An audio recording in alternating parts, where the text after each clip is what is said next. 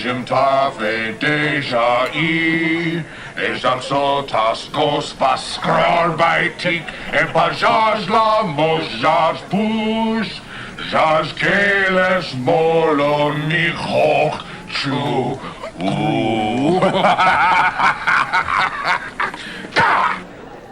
Witch, bring blood wine, as I tell my comrades how I came to be known as Sadrul, Yellowbeard, Gog, and even Pirate.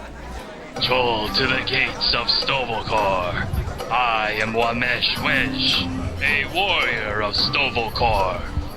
I am Gog, warrior of Sto'vo'kor. And I am Korrath. I too am a warrior of Sto'vo'kor. Close them windows, draw them shutters, put them other lights out. Gather close, my fellow warriors, and I'll tell you how I went from a high loft to a low perch in this, my story. Your story? I've heard it before. I think it's the Psalm Ultor song, Destruction of DS9. Quiet down. Even if it's not his story, he tells it well. The Psalm Ultor? Who do you think he heard it from? Cussing our bad luck, my crew and I were transporting prune juice to Roa Pinthe for one of the old cooks that works there. She says it keeps the prisoners regular. Prune juice. It's the only good thing to come out of the Federation. Teh! But we ferment it, makes it better. So there we were, on another routine supply run, when a call for General Assembly came forth over the comm units. War with the Federation had finally been declared. War. There is no other word that can get the heart pounding like it. The Empire had opened with a surprise attack against DS9. The station was understaffed, virtually unprotected. Nonetheless, Starfleet managed to scrape together a dozen ships to defend it. Eager to answer the call for more warships, I beamed up, jettisoned our cargo, and warped to DS9 to join the attack. You dumped your entire cargo? Korrath, prune juice does not go bad floating in space. Ships from all over the Empire rallied to the attack. Even our allies and conscripted agents joined the fray. Garumba and Marauder flew next to Raptor and Negvar. It was a sight that warmed my warrior's heart. With little effort, we drove off the first wave of defenders. But there's little rest for warriors engaged in honorable combat. Another wave dropped out of high warp, right on top of us. It was a mistake. Foolish Federation Queen. We picked them off our hides like Belzadorian fleas. Then we joined our brothers on the promenade to take the station by force. The smell of blood, burnt flesh, and plasma fire filled the air. It was glorious. Security forces repelled our invasion with futility. By Batless and Disruptor, we cleared the way for more warriors to join the battle. A Klingon is a deadly foe in the void of space. But our true deadliness is on the ground, evident by the piles of mutilated corpses that lay at our feet. Death is an experience best shared. Our foothold on the promenade secured, we pillaged the shops and cargo bays for the Empire. In the bank, Starfleet had dug in as the Gorn attempted to rout them. We joined the fight, shoulder to shoulder with the Gorn. With little effort, the bank and its booty was ours. Say what you will about the Gorn, but they fight like demons from Grathor. We turned our attention to the Bajoran Temple next. It was a good time to grab some flesh to fill the Orion slave auctions. At the altar, we found several parishioners praying for mercy. We transported them to my vessel. Oddly, they never arrived on board. They're probably floating in space somewhere between the station and my ship. Transporter accidents. Oh well. Transporter malfunctions are rare. As the fog of war lifted, it revealed a scene any blooded Klingon warrior already knows too well. The air was filled with the smell of drying blood. Somewhere in the distance, the echo of death cries warned that an honorable Klingon warrior was on his way to Sto'vo'kor. This moment of victory was broken by a call from help from one of our Orion allies. They were hard-pressed in the shipyards on the far side of the station. My team and I hustled there, ready for a fight. What we found instead made my blood boil. The Orions were not besieged by the Federation, but by the Romulans. Romulans. The cowardly Patak decided to take advantage of our attack. They sought to snatch our prize. We stood our ground as waves of them invaded, flashes of disruptor fire, blood splattering off our bathless. The dead supported the living, as the Romulans could barely stand in the gore of their slain kin. Few can stand against a Klingon on the battlefield.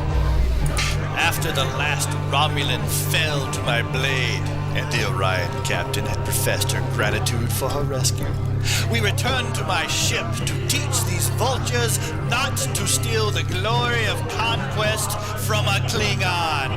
Gark, you and your Orions. Once you go green, you'll know what I mean.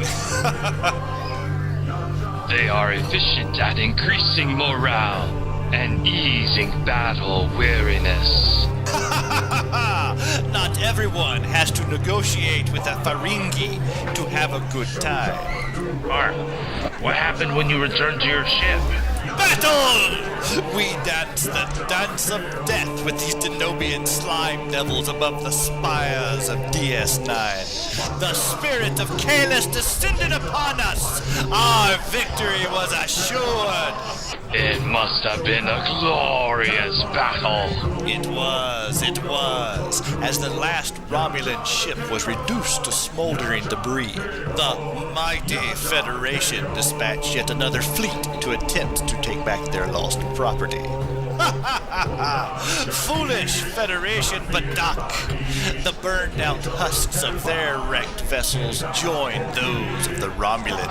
An entire Federation fleet? Just for you, Gark? Waho! You were not there. Curb your tongue, or I will have it removed. Now, where was I? Ah, yes. That's when my helmsman noticed that one of the Daedric's warbirds had feigned its own death. Bakwa! Those sneaky, pointy-eared cowards were not looking for a fair fight. Instead, they had snatched crew off my very vessel, right under my ridged nose. Such treachery would not be tolerated, so I gathered a few good warriors to take back our captured brothers. This time, we would feast on the Romulans' hearts. It was a trap. As soon as we beamed aboard, they activated a dampening field, as if they expected us to leave without a fight. Whim ho! We cut down countless Romulans. Room by room, they ceaselessly threw themselves against our drawn blades, until the decks were slicked with green blood. In the vessel's cargo bay, we found our warriors being tortured for information. For his heinous acts, I beat the Romulan interrogator to death with his own severed limb. Wish I could have seen that. After seeing to our wounded brothers, we turned our attention to engineering. We were going to finish this once and for all. With stealth and cunning, I snuck into engineering and disabled the dampening field. In a blink of the eye, the ship was swarming with Klingon warriors. We joined the battle for our share of the carnage. From the corner of my eye, I spied something green. More Orion females? A quartet of bound jade beauties were calling for our aid. I was more than happy to provide it. What can I say? I am a people person at heart. If they're green and female, perhaps. The Orions had been very appreciative, and our cargo bay was bursting with our bounty.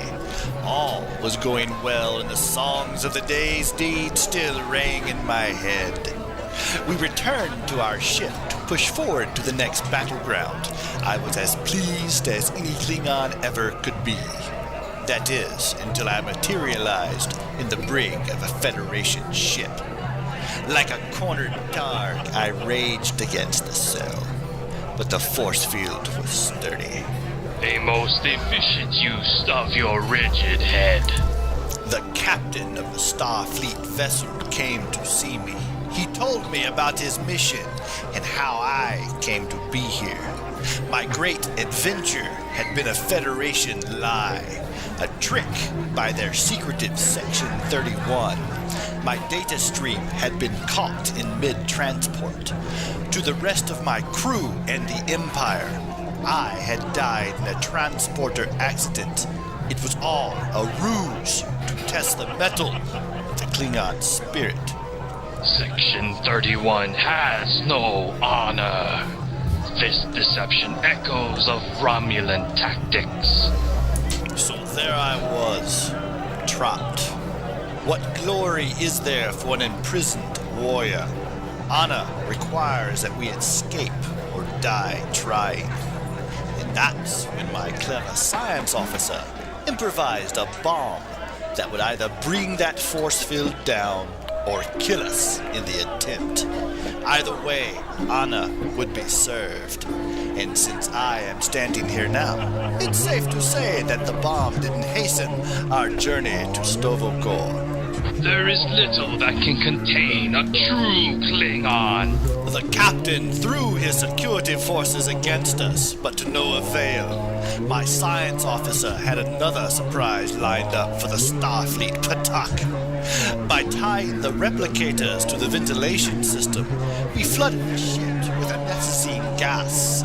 Knowing what was coming, we held our breath and ran for the nearest transporter room. The stunned crew was unconscious even before they realized what we had done. No sooner was I in command of my ship again did the Patak bring his vessel around for an attack. We made short work of it and left him only a smoldering debris field in orbit of Ruapinthe as a future warning. If you attempt to make a fool out of a Klingon, the price for failure will be a high one. I knew you were full of hot air. Fool! My head is still attached. On my honor, it is true and happened exactly as I have described. Story or not, let it be known among all warriors to remain vigilant in service to the Empire, or you shall end up like Gark. Next week, then?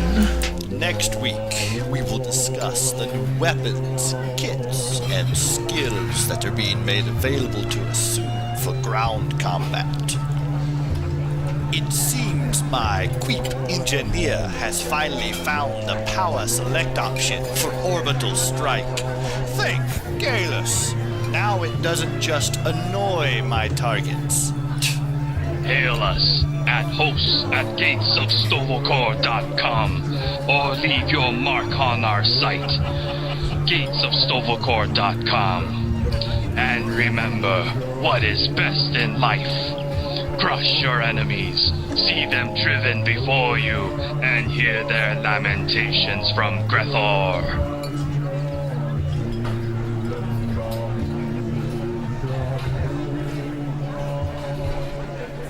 Koi kellet puk lod, koi puk back poo. Yakbo mafbo jeshu mi, se makshu me u. Mashu manong, and maksho chu, ne bayin march of war. Cool. you. But my cherry that's Eljo Beach, my fam to my team, direct, but you talk to my leg, or my shoe talk, my oh.